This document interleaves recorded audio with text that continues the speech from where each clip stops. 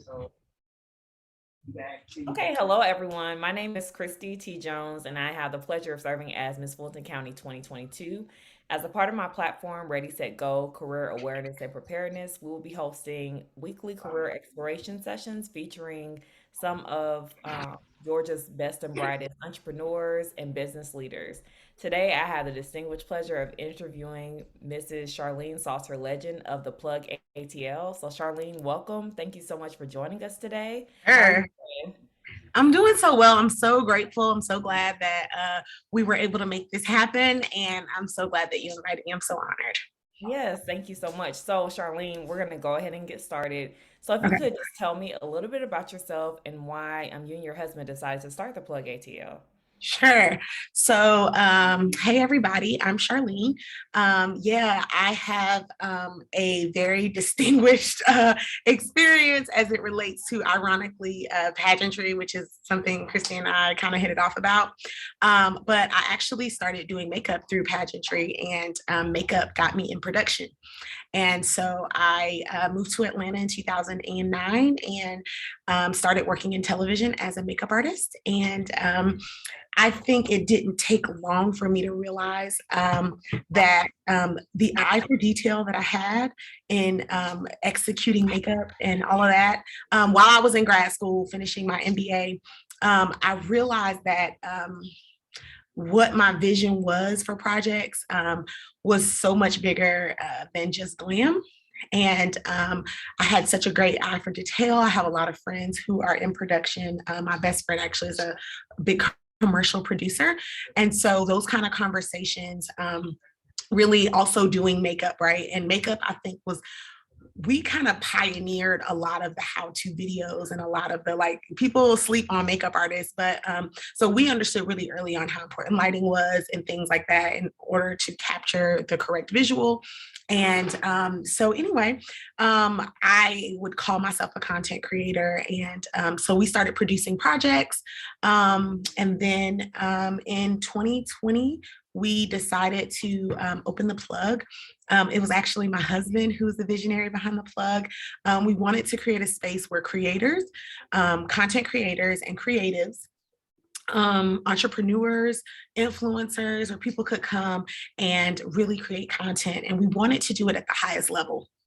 So we created a company that we could still facilitate the work we have with our corporate clients. So it's top of the line all the way. We spared no expense in and we took that really clear, that like specific eye that I have for detail. We use that in designing the space. It's a fully built out 7,000 square foot space where we have podcast studio, which is what I'm sitting in today. We have a recording studio, we have conference room, we have photo studios, hair, makeup, wardrobe, and grooming suites, offices, and more. And right now we service 250, a little bit more than 250 now, but creatives and entrepreneurs and influencers who are all coming in to create content and build and scale their brands. That is amazing. And for my dad and I's podcast, that was well, we had the pleasure of going to the plug, and it's truly state of the art. And it's so great to see not just a female owned business, but a minority owned business because you really Yeah. don't find that a lot of places, even in Atlanta, which is the mecca of, Right. Black Hollywood. So, what types of skills, like if someone wanted to produce content or have their own multimedia studio, how do you get started with that? Like, what do you need to get started? Great question. I think definitely to start, it's really important to remember that relationships take you a long way.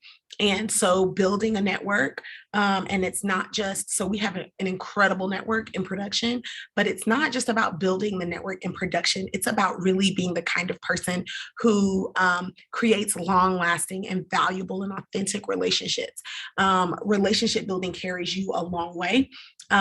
In a field like production. So, of course, I have an MBA. I thought I was going to law school. um, and but my degree doesn't really, I mean, it definitely prepared me to own a business, but the multimedia studio, like honestly, the Plug is one of a kind. We're in a lane of our own. It would be so much easier if there was a million other companies that had this model. So we could just fashion ourselves after some of them. But we've had to learn our lesson and hit our heads on walls and kind of figure it out as we go. So what I would think is really definitely, like we talked about, the eye for detail, the ability to maintain and sustain relationships is important in the industry. I think it's really important to be creative and to allow your creativity to fly, to allow it to soar, to allow yourself to dream.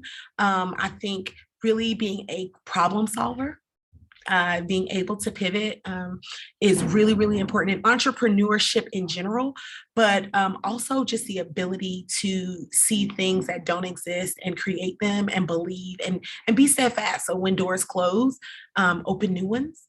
And figure it out as you go. My husband always says that we're flying a plane and building it at the same time. So that's so very true for us. And I think it's really important, really, so I could speak more to entrepreneurship than even having a media company. A media company is all about cords and wires and networks and cameras and lighting and audio. And it's about a lot of technical things that I'm just technically not in on. Right. But what I do know is how to identify great talent. I have incredible discernment, so I can tell when a personality type is a good fit or it's not a good fit. My ability to bring teams together and to unify us, with one cause and with one vision and purpose. That's kind of where I fit. My husband is the nuts and bolts, so the media part, but really being able to look at a project and determine where it should go based on where it is really important. And what we've been able to do with our clients here is we've been able to help people scale their projects. So we have multiple podcasts now that have been picked up by networks. We just had someone else get picked up by Sirius XM. And we've been able to help clients see their projects' fullest potential by sitting in with consultation. So really, to answer your question, I don't know if it's one skill or the other. I think it's a family of skills. And mine isn't super technical. Mine is much more big picture, and it's much more driving the vehicle.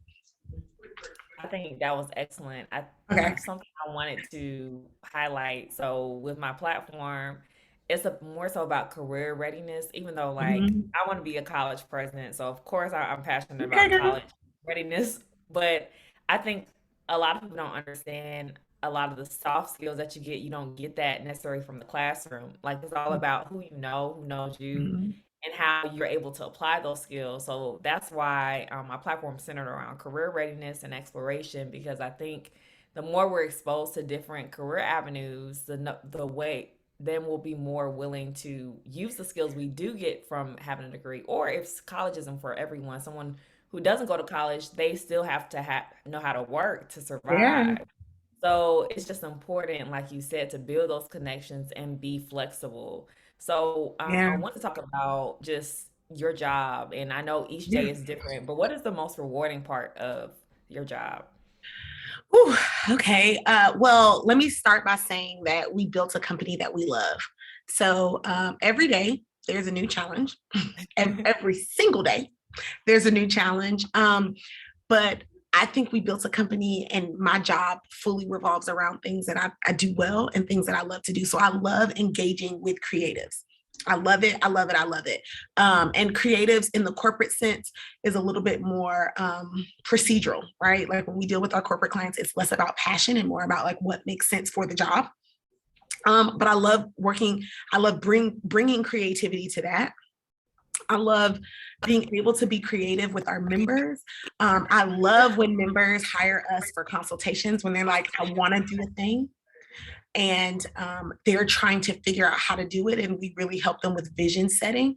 So we help them reverse engineer their marketing strategy so that they're able to turn a higher or yield a higher quality product and a better result for their whatever it is, show, podcast, project, whatever they're working on. So in general, their brands. So I think that's probably, okay, so that's probably it. I also really just, yeah, I love dealing with people. I love dealing with creatives. I love being able to be patient for the foolery, where people come a hot mess sometimes. And I love being able to support them as we're figuring it out and we're cleaning it up. And I love being able to give them the honest truth and be able to help really see something bigger for brands than people really come to us knowing that their brands could be. That's like my favorite part. But I love it all. I love coming to work every day. Our space is incredible. I love coming in every morning. We just got a new decal on the wall, and I'm like, oh, Yeah. hi, podcast wall. So I'm blessed to be able to love a bunch of things about what I do every day. I do love, the boardrooms. I do love having corporate clients and going to meetings and being a much smaller part of a much larger picture. That's really exciting for me. Helping people really add a little bit of culture and flavor. The Plug also. So we do digital content. So we produce digital content for large corporations. We've had clients like Amazon, Amazon Prime, Nickelodeon. We help larger projects. We also, we say that we get in there, become a part of the team, and we help you craft content that's original and powerful and perfectly tailored. So I don't know, girl. You asked me a question that I don't know if I could tell you one thing. I could talk to you all day about what I love. No, I think you gave me plenty. That was excellent. So, in the same vein, what is the most challenging part of your job? Okay, easy. So being an entrepreneur, um, it has a lot of challenges, right? So it's a little bit different. So we picked up a huge lift. We didn't get like a small studio and grow. We took a very ambitious bite out of life. And did you ask what the challenging part is, or the most challenging, or what I don't Most like? challenging. Okay. Most challenging. So I think just being an entrepreneur, the most challenging thing is like you're funding your operation. So whether clients come or whether they don't come, the same team has to be paid, the same bills in the building have to be paid. I always say that I do a very commercial corporate job, but unlike my friends, my office is just as big and just as pretty. My office park is just as incredible. I come to work and I have to be just as professional, but the way them payroll checks have to be cut, it's a little different, right? It's a little bit more personal. Everything that's in this building, I could tell you exactly what the receipt is on it. If you pointed at something, I could tell you how much it costs. And so being responsible for a much larger part of my life is probably the most strenuous thing. I think with entrepreneurship, you're on a boat. We don't have plan Bs for ourselves for this. So this is going to work. And so when things come, we've learned to just pivot. We've learned how to be very, very, very quick and very creative with how we pivot when we know it's time to pivot. And we do it consistently all the time. Yeah, so that's actually a great segue to our next question. So, I'm sure many of you have seen the news, but last year you and your husband faced great adversity when your business was robbed for over $100,000 in equipment. How important is it to be resilient when being an entrepreneur, especially during the pandemic and when like life just happens and it's things you can't control? Like, what inspired you both to keep going? Okay, so I'm going to just start a little bit before the robbery and just tell you that you brought a good point because COVID was another mandatory pivot. So we signed the lease for the building, 7,000 square feet of this space in a very expensive part of town. We signed the lease March 7th, 2020. And 5 days later, the entire world shut down. And, back then it was just rumors, but there were rumors that it might not open for a year. And we opened a very in-person space, right? So like the whole way this works is if people want to come in and see other people, like that's the thought behind it, right? That there's this very incredible collaborative energy and that people will be able to scale their brands, but they'll be able to use one another, right? That we'll plug in someone from this industry who's been in the industry for 20 years with someone who's just starting out, and together they'll have the perfect creative marriage. So there was this initial mandatory pivot. Honestly, we had just torn down a bunch of walls and we were just getting started on renovation and it all stopped. And I like immediately went into panic. I'm like, we gonna be broke. Oh. And my husband said, no, I said, we have to stop. I was like, we have to stop everything. We halt, we figure out. And he said, no, we're going to keep going. He said, and when the world opens up, we'll be standing. And that's exactly what happened. And because we were pivoting in such a pivotal time for the world, it gave us a default of pivot that we just have. So we only know that. So we only know how to be resilient. We only know, I think, had we had a studio open 2 years prior to COVID, people would be like, how's business with COVID? And I'd be like, crazy. But now this is all we know. So it's great. we don't even know normalcy outside of COVID for the plug. So yes, in December 23rd, my husband and I woke up to an ADT call, which is our security provider. And when we went to look at our cameras, there were people running, grabbing whatever they could and running through our building. Over $100,000 was stolen of equipment. And the thing about equipment when you're building a company is that you put things together slowly over time. Right. And the company has been doing incredible. And we just have been scaling. We had just purchased early December a $20,000 camera that we purchased off someone who had been working at HBO Films. He had done all these very custom things to the camera over time. So this build was like a $60,000 build. And there are some things that like you can't replace. There's some things that you don't get back, you don't get to rewind. And so it was devastating. Again, even just watching the footage is devastating because every piece of furniture, the cart that they use to wheel our stuff out the doors themselves, we take such care about every square inch of this building. And we built it by hand. Every table you see, my children help us put together during COVID because schools were closed, so everything in this building is sentimental for us. And so it was extremely difficult to watch it, but all we know, and as an entrepreneur, all you're able to know is left foot, right foot. We say we're professional at making lemonade because there are going to be lemons. There are tons of them. We're hemorrhaging lemons and it doesn't stop. It can't stop. So one thing that we did was we committed, we've been hearing Biden talk about build back better. And so we committed to build back better. We committed to everything that we do, every move that we make, we committed to moving with more intention, with clear purpose.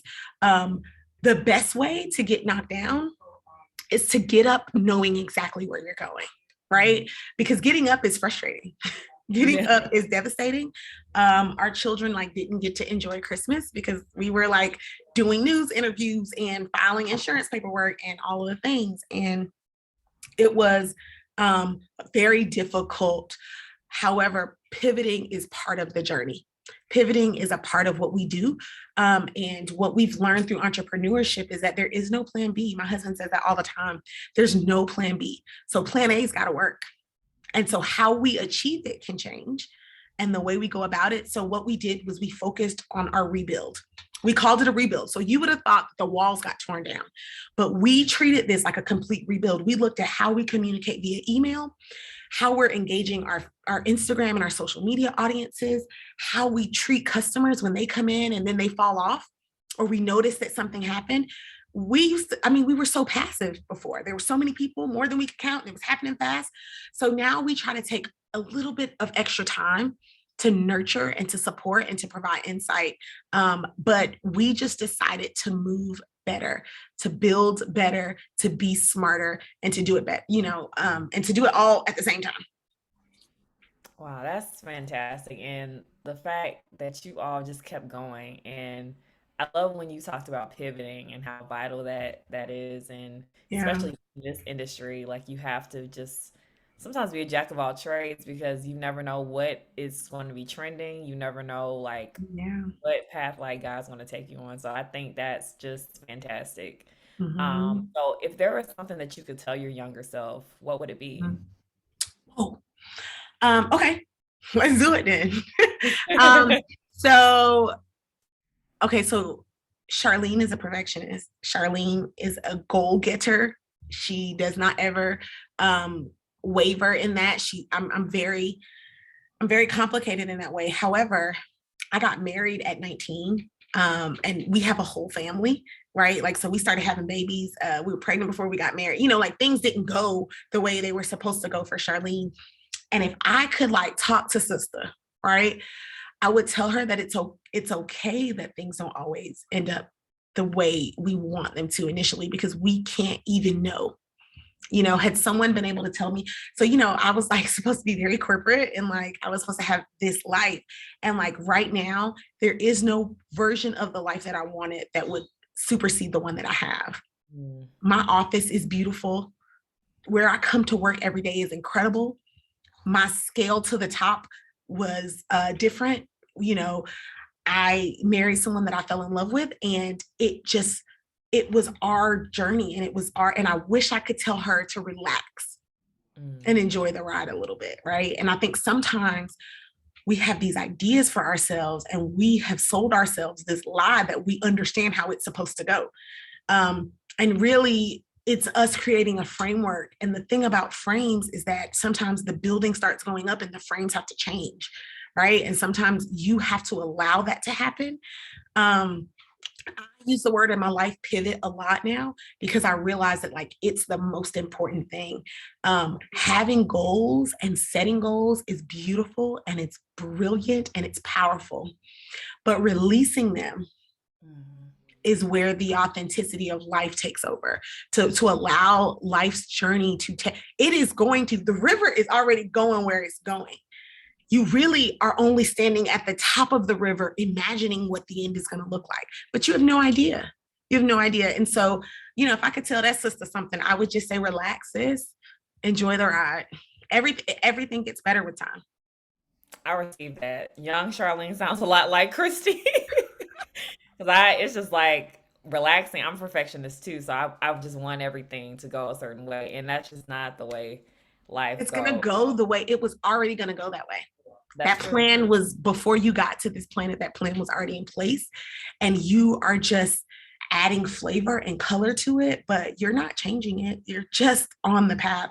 So don't give up. Don't just let life take you, but like just enjoy where it takes you.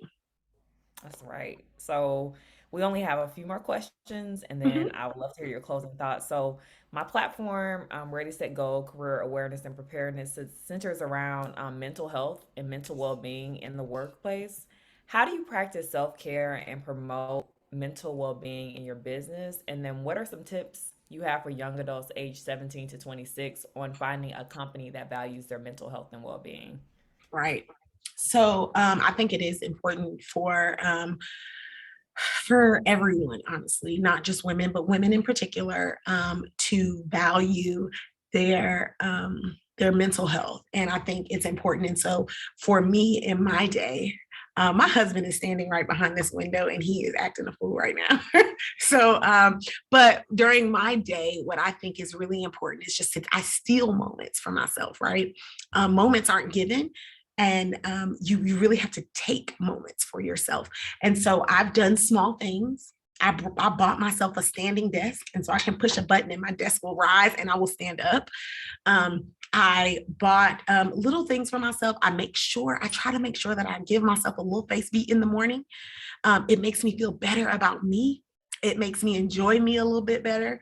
I try to make sure that I am able to do those things to kind of give me my solid footing. I've been much more conscious about like what I do when I eat, how I'm eating. I think those things are really important. But I think it's important for us to value ourselves. I think finding a career and finding a job that values you is just important. It's really important. The foundation is you and how you think of you and how you treat you. You won't allow anybody to treat you any different. So it's important to make sure that the culture of the place that you work, jobs are clear about culture, right? And they often tell you up front what their culture is centered around. And if their culture isn't centered around you and your experience, as well as how that feeds into their company, be careful, right? If sales is the metric, and if that's what they're known for, and that's what all they want to do is sell, sell, sell, that's great. But you have to understand that you're going to only be able to play a small part in that. right? And that part will be dictated primarily by what you can do for that company. And so I think once you start valuing what your contribution is, and I think it's also important to understand that wherever you see your contribution, add 10, 20, 30% to that, because we often undervalue ourselves. And I think in order for a company to properly value us, that real evaluation has to start within. So I don't know if that's Exactly. not an answer, but that's what I got. No, that was fantastic. So, before we close our interview, are there any final thoughts that you would like to share with the audience, or specifically with someone who wants to Oh, break into the hold on. Our lights, if Okay. we don't move enough, it's a motion censored. And so, Motion what? sister, it's Yeah, okay. they're motion censored, so somebody has to walk in. Okay, so tell me again. You want my final thoughts on? On yes, any final thoughts you'd like to share with the audience, or specifically someone who wants to break into the entertainment industry? Yeah. So, just to be honest, the entertainment industry is super tough, right?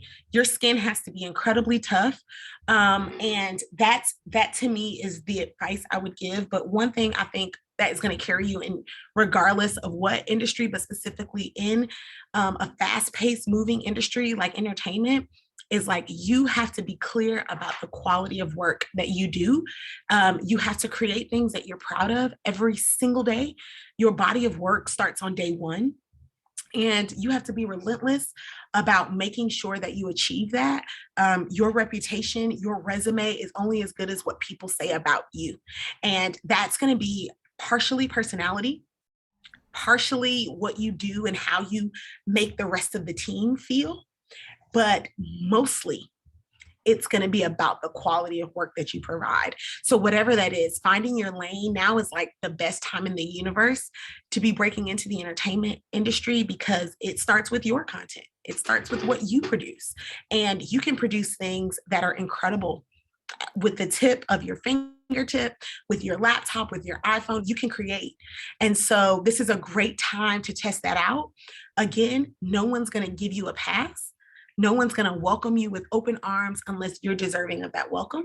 So, get ready, buckle up, be prepared, be more than ready, be an asset to any team you enter into. Um, Remember to provide value. That's something that my husband and I always say. That's something that we always do. We try to enter a room and figure out how we can provide value. Because if we're able to provide value, that relationship is open to what we want it to be. And so that is my advice. I think you asked for one thing. I think I gave you 1,000. No, that was fantastic. Adding Okay. value. I think that's you gave so many great gems during this entire interview. So I want to say thank you so much. It blessed Of me. course. Of And I know when this is released on YouTube and social media, it'll bless so many other people. So we like to thank you all for joining us this week. And then we just really look forward to just seeing the plug grow into this multimedia conglomerate and see how we can support you. So, Charlene, before we go, could you please give everyone your social media? Sure. So, guys, the Plug ATL official is how you find us on Instagram and Facebook. We're everywhere. We're on LinkedIn. We're on Twitter. Our website is www.theplugatl.net. And we facilitate all kinds of content. We help brands produce content.